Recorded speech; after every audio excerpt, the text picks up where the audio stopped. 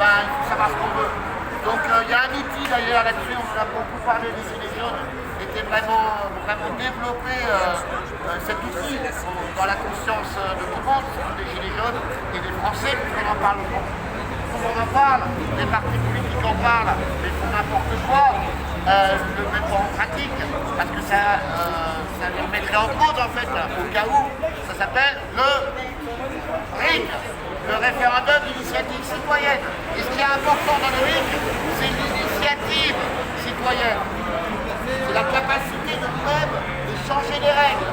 Si jamais on fait une association là tous ensemble, il va falloir que chacun puisse proposer un changement de règles.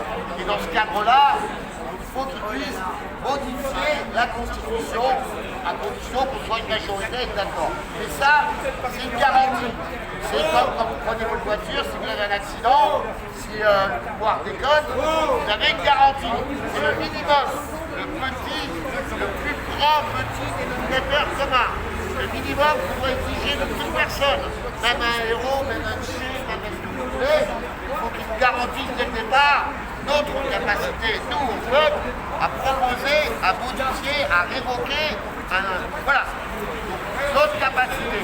Alors voilà, moi ce que je vous conseille fortement, c'est de pratiquer. Alors je vous donne déjà une piste pour les démocrates, pour ceux qui veulent respecter les autres, et même quand leur décision est contraire à la majorité, ils ferment leur bouche, ils acceptent.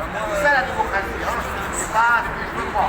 Et bien ça, vous pouvez, si vous voulez venir demain à 15h au DEM des arènes, c'est intercollectif à Paris, c'est pas loin, c'est au 52 rue des Plantes, à partir de 15h, on commencera l'assemblée à 17h et on terminera à 19h.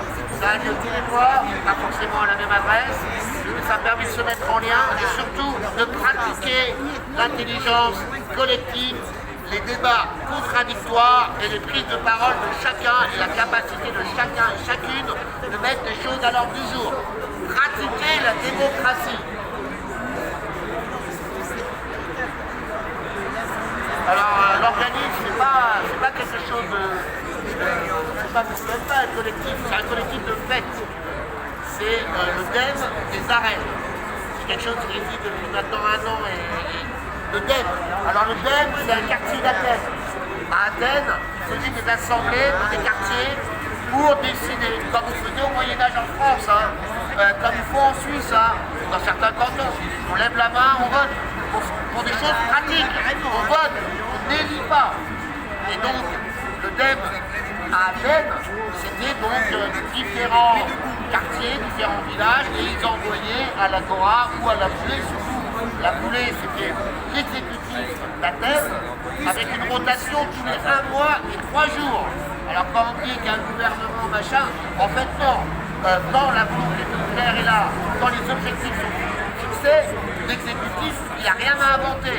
Il applique, point à la ligne. Voilà. Merci de votre écoute. 52 heures, il est plan demain dimanche 15h.